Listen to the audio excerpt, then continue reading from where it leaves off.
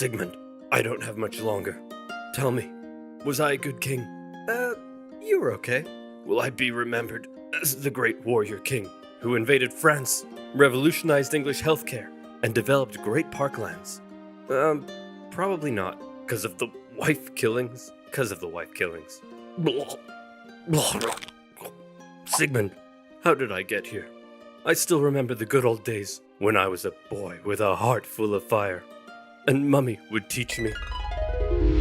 Okay, Henry, this is a horse. Can you say horse?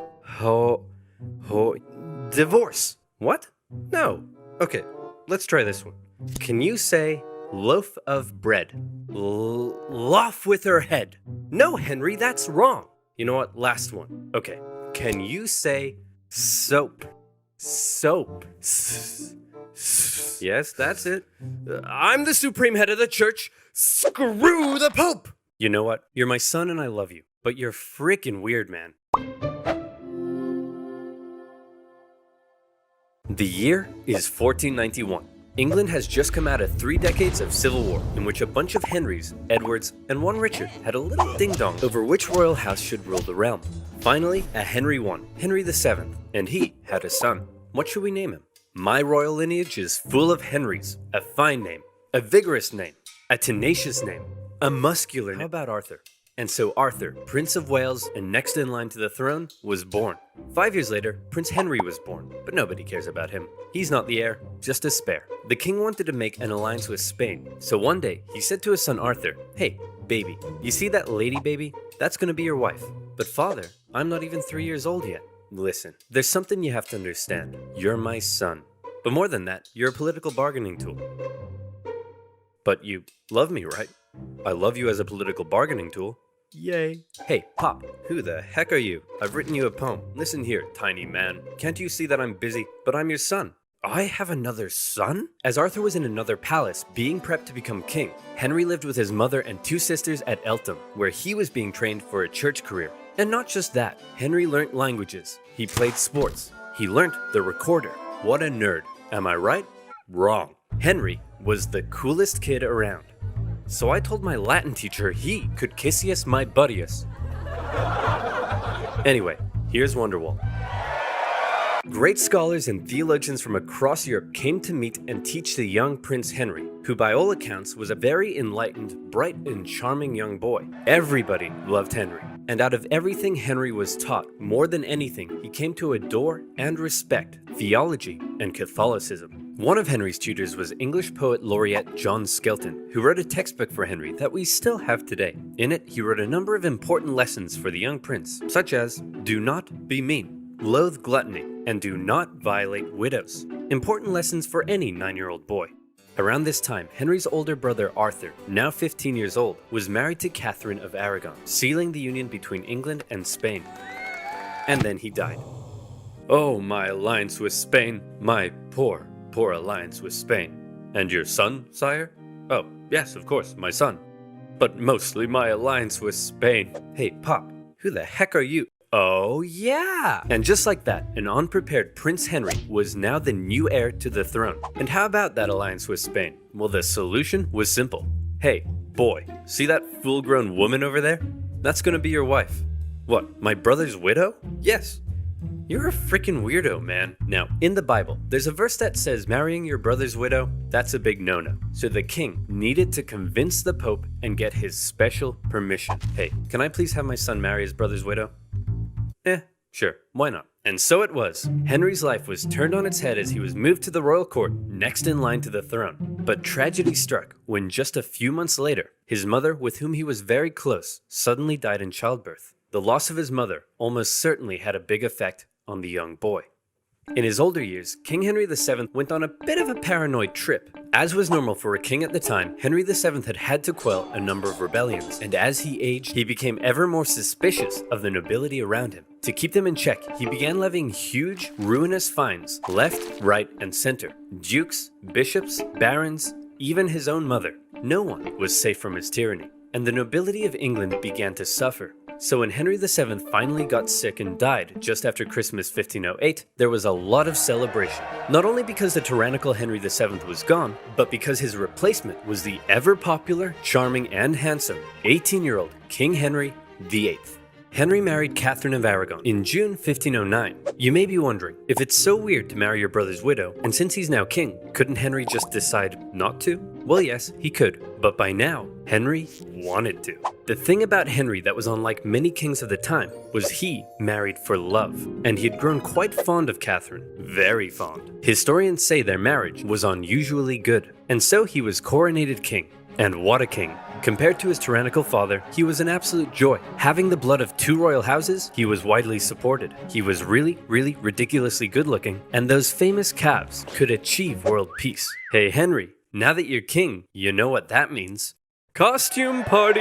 Henry pranced around the palace playing dress up with his friends. He wrote plays, he sang songs, he danced. A true Renaissance man, very different from the gluttonous wife killer we think of today. In his early reign, people from near and far would come to ask favors of the generous king. Hey man, could I gain ownership of some land near Upton Snodsbury? Sure thing, pal. Hey, could I be an earl or a baron or a viscount or something? Anything you want, man. Could I get just a really cool pig that has freaking metal wings and 8 legs and shoots flippin' lasers and it can grow more pigs out of it for extra pigs? Say no more. Hey, guys, I was just checking up on the financial report and what the hell? We can't afford this. Henry's council that he inherited from his father weren't happy with all the money he was just throwing around, and they worked hard to curb the king's spending. Since they controlled the royal seals needed to get stuff done, at first they were largely able to control the young king. And for Henry, the most infuriating things of all was they wouldn't let him joust with his friends because it was too dangerous, nor would they let him do the thing he wanted most, to go on a great, glorious, and expensive conquest against England's historic enemy, France. Please guys, I'll keep it cheap. How? I'm glad you asked. I've got a promo code. For the financial burden of war? Yes. Sexy calves, excessive spending, and war with France. Henry wanted glory. He wanted to go down in history. If he didn't go to war in France, was he even the King of England? Man, I want to go to war so bad, but the council won't let me. Hey, maybe I can help with that. Whoa, it's Cardinal Wolsey, one of my best friends. Despite being an old-ass man, Cardinal Wolsey knew that if he helped King Henry, there'd likely be something in it for him. So what was his great, intricate plan to curb the council's power? You're the king, dum-dum. You can do whatever you want. What? Wolsey began writing bills that simply didn't require the seals, and thus Henry was back on top. For his efforts, Wolsey began to climb the ranks, and he became something of a yes man for King Henry, encouraging Henry to frolic and play while Wolsey took care of business. Hey, kid, you wanna go on an adventure? Do I ever? The Pope was at war with France and he needed some help. He offered the young, impressionable King Henry 100 Parmesan cheeses, some wine, and a golden rose if he came to the Pope's aid, and Henry was all in. At this point in his life, he still respected the church and loved the Pope, and here was the chance for war he had been waiting for. He still didn't have an heir, a fairly big problem for a monarch at the time, but right now, the only kind of smashing he was interested in was smashing French guys in the face. And so off he went. The English already held the French city of Calais. From there, Henry made a glorious victory at the Battle of the Spurs. He took the French cities of Terouanne and Tournai. Word of his victories spread. This was it. Here was the glory he had been waiting for. Back home, his beautiful wife also led armies to victory in Scotland. And better yet, she was pregnant. Soon, Henry would have an heir. All of Henry's wildest dreams were coming true. Oh, he ran out of money. As the French prepared to invade Italy, all Henry could do was go home. Well, at least now I have an heir to cheer me up. Bring me my son. Henry, this is Mary. Mary? That's a funny name for a boy. Henry, it's a girl. This was Catherine's 5th pregnancy that had not resulted in a male heir. Happy Henry wasn't so happy anymore. You still haven't given me a male heir. Well, how do you know it's my problem? Maybe it's your problem, Henry. It couldn't be my problem because I've been boinking half your maidstaff and one of them gave me a boy. Sure. Yeah, you know what? Maybe it's my problem. I'll look into that. Cardinal Wolsey, now Henry's Lord Chancellor, knew his job depended on keeping Henry happy, and so he said, well, if you can't be the great warrior, then how about the great peacemaker? Not as cool, but okay. And so the Field of the Cloth of Gold, a glamorous peace summit between England and France, was held. The King of France, Francis I, was essentially the French version of King Henry, and the whole thing was basically one giant codpiece measuring contest. The two sides did agree to a peace treaty. However, it didn't last long. You see, there was a third major player in European politics at the time, an exquisite specimen of royal inbreeding, an heir to a huge inheritance, and a chin that could hit a home run. Holy Roman Emperor Charles V. He was Henry's wife's nephew. Henry had helped him out in the past to put down a Spanish rebellion, and now the two wanted to make an alliance, and so a marriage was arranged. Mary, I'd like to introduce you to your 22-year-old fully grown adult cousin, and now your future husband. Ew, he looks inbred. Mary!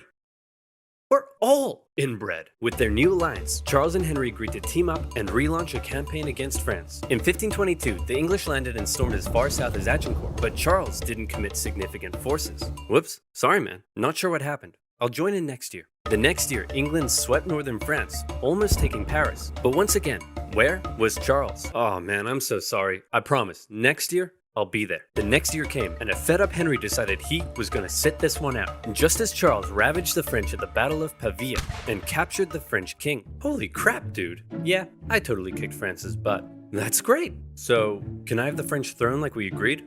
No. What? And also, I don't want to marry your ugly daughter anymore.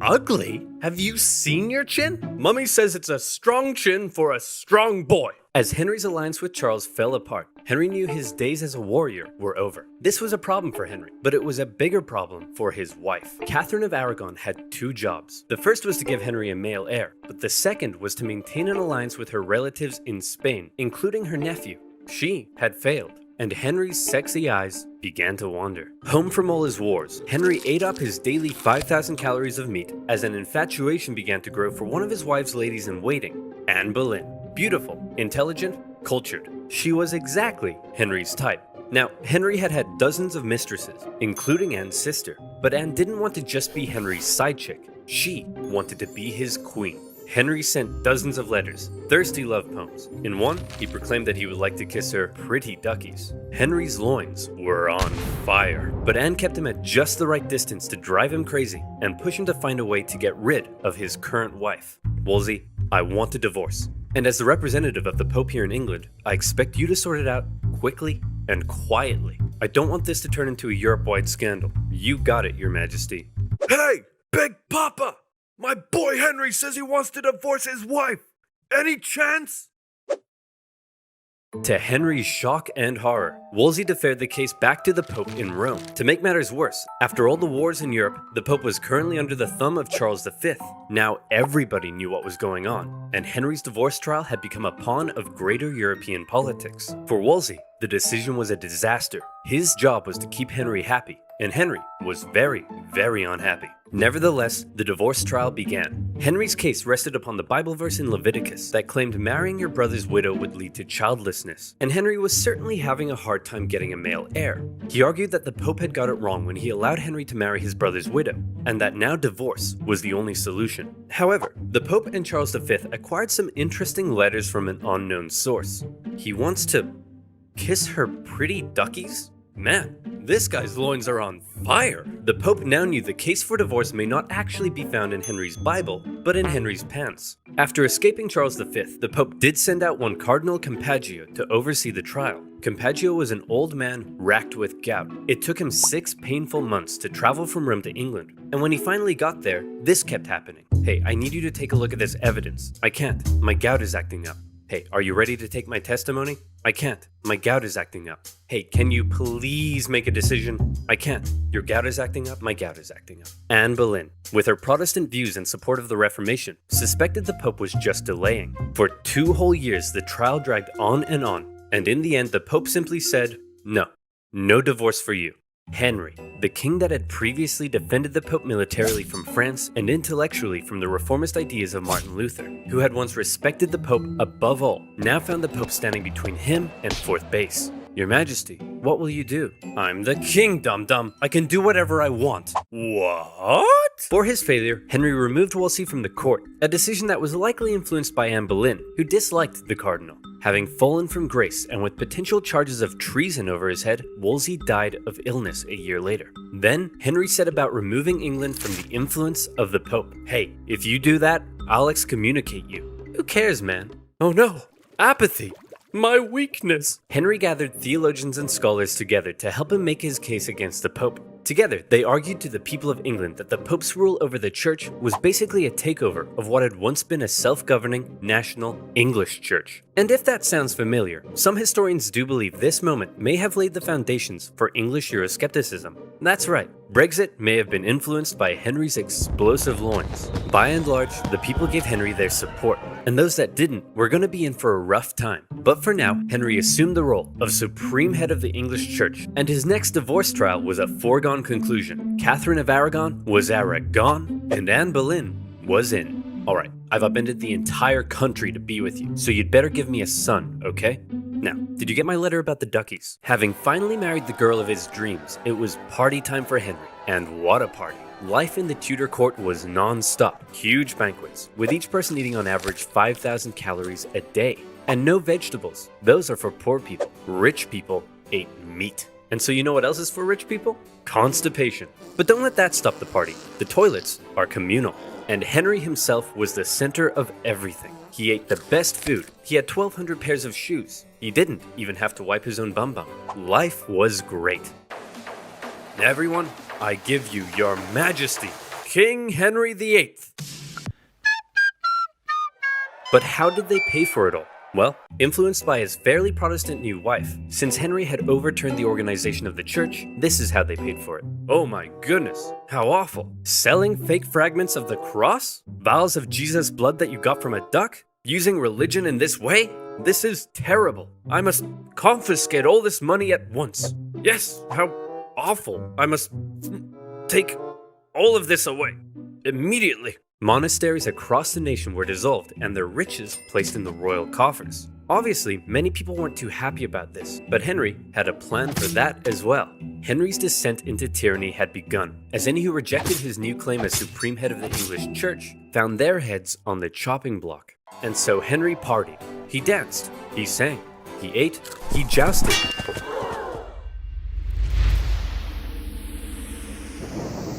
Be me. Love gluttony. Violate widows! In 1536, Henry fell from his horse in a jousting accident. Not for the first time, but certainly the heaviest fall he had taken yet. Some historians believe the brain damage caused by the incident may have violently accelerated Henry's descent into tyranny. Executions in England ramped up. During his reign, it's estimated 57,000 to 72,000 people were put to death. Rich or poor, big or small, no one was safe. And the most prominent victim of all was to be Henry's own wife. It had been 3 years since their marriage. Anne had been pregnant 4 times, yet she had only been able to produce one healthy child, a girl. What's more, it's possible she had been going around insulting Henry's manhood. Henry's eyes, once again, began to wander. His new top man, Thomas Cromwell, didn't want to end up like Cardinal Wolsey, and so he came up with a plan. There was a court musician who had been quite flirtatious in public with the Queen. Well, Thomas Cromwell and his boys got a forced confession out of him, saying that it didn't stop at innocent flirtation, and the charges came rolling in. Listen, Anne, we need to talk. Oh no, you're gonna divorce me, aren't you? Just like your last wife. Aw, no, come here, shh, no, I'm not gonna divorce you. It's much worse than that. Anne was charged with adultery, perversion, even incest, and plotting to kill the king himself. The jury found her guilty, including her own uncle and ex-fiancé, both fearing the wrath of the king. And on May 19th, 1536, Anne Boleyn was Anne Boleyn. Literally the next day, Henry married one of Anne's ladies-in-waiting, Jane Seymour, his third wife. After Anne had smack-talked his manhood, and since he still had no male heir, Henry went on a campaign to ensure the public knew he was as virile as it gets. He had this famous portrait painted of the manliest man I've ever seen, and later, he would even have his physician make a declaration about his health. King Henry is a fine specimen of a man, and please don't make me say this. Say it. And every time I look at him, I wish I was a woman. The truth is, after his jousting accident, the king had badly injured his leg and was no longer very active, yet he was still eating his daily 5,000 calories. So by now, Henry was extremely unhealthy. For the remainder of his life, he would incur a number of illnesses, and his injured leg ulcers would ooze stinking pus. A fine specimen of a man indeed. On the church front, Henry's new and now pregnant wife was a devout Catholic, and she pleaded with the king to reinstate the monasteries. Henry was sick of wives meddling in his business, and he bluntly warned her to remember what happened to Anne Boleyn. Since splitting with the Pope, Henry had been hard at work determining the theology of his new Church of England. It kept many Catholic traditions, while on the other hand embracing some reformist ideas, such as requiring the use of a new Bible not in Latin, but in English. The cover of Henry's new Bible depicted the people appearing to worship a giant King Henry. And in the corner, there's some people being put to death, just for good measure. For any who opposed Henry's ideas, whether Catholic or Protestant, for any who rebelled against him, it would be off with their heads. In October 1537, Henry finally got what he had been waiting for. His wife Jane gave birth to a healthy boy. However, the triumph soon turned to tragedy, as Jane Seymour died days later from complications during the birth. Henry mourned Jane, the woman who had given him a son, for 2 years. Your Majesty, it's time to choose your next wife. Thomas! Not now! Can't you see I'm in mourning? That one. The woman Thomas Cromwell had lined up for Henry's next marriage was the sister of a powerful German duke, but all Henry cared about was that she was pretty as pie, and Thomas Cromwell promised that indeed she was. However, when she arrived in England, Henry was less than pleased. Your Majesty, let me introduce you to your fourth wife, Anne of Cleves. What's that smell? I think it's your legs, sire. No, it's Anne of Cleves. She's ugly. This is treason. What? Off with his head. Henry found his new wife so repulsive that he never consummated the marriage and divorced her just 6 months later. And for bringing Henry an ugly, stinky woman, along with additional charges of plotting treason, Thomas Cromwell lost his head.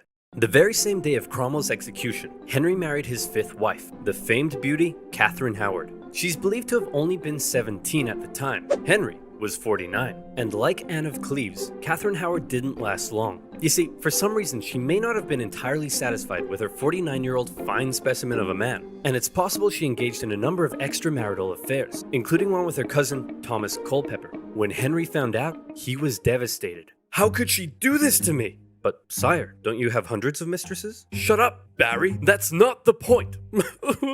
Your Majesty, you're crying. I'm not crying. It's just that sometimes, when I get sad, water comes out of my eyes! For her treason, Catherine Howard met the same fate as Anne Boleyn in 1542. So, we've had divorced, beheaded, died, divorced, beheaded, look out, here comes survived. Henry married the daughter of a royal official, Catherine Parr, in 1543, and she appears to have been a good companion to Henry. She cared for the aging king, who by now was so heavy it took several men to winch him onto his horse. She acted as a mediator within the family, and convinced the king to restore his two daughters to the line of succession. Their marriage did have one hiccup, however, when Catherine dared disagree with the king over the subject of theology. It's a miracle, because when the priest says the words of institution, the bread turns into the body of Christ. Well, if you put the bread in a box for 3 months, is it a miracle that it turns moldy?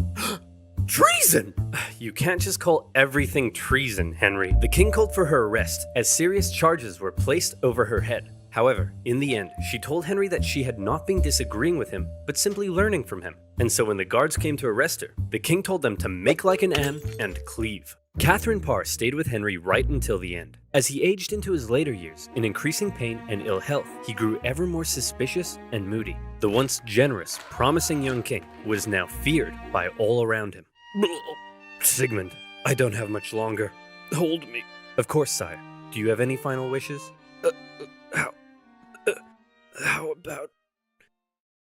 How about one last conquest in France? And so in 1544, Henry made for Calais. The pesky French had been supporting the Scottish in their ongoing wars with England, and they also owed Henry some money. So the extremely unhealthy king personally led a siege against the French city of Boulogne. The English dug tunnels under the castle, and on the 13th of September, the French surrendered. A glorious victory for Henry. In actuality, the whole misadventure nearly bankrupted England, and they ended up giving Boulogne back to the French a few years later. But shh, don't tell Henry. He's having his moment. Finally, in 1547, a 55-year-old Henry, lapsing in and out of consciousness, passed away.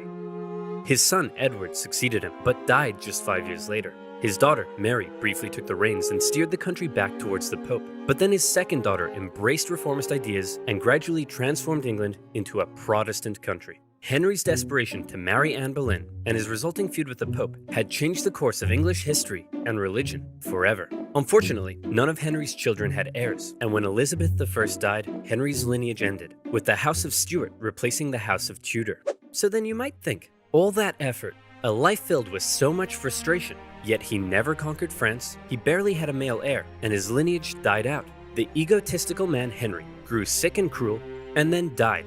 So why are we all so fascinated with King Henry VIII? Why not Henry II or IV? Well, without mentioning the many important things his reign did achieve, one of his biggest goals was to go down in history. And you can put a big green check beside that one, because everything he did and how he asserted his control and authority over everyone around him has come to be viewed as the epitome of the word king. And also because of the wife killings? Yeah, definitely the wife killings.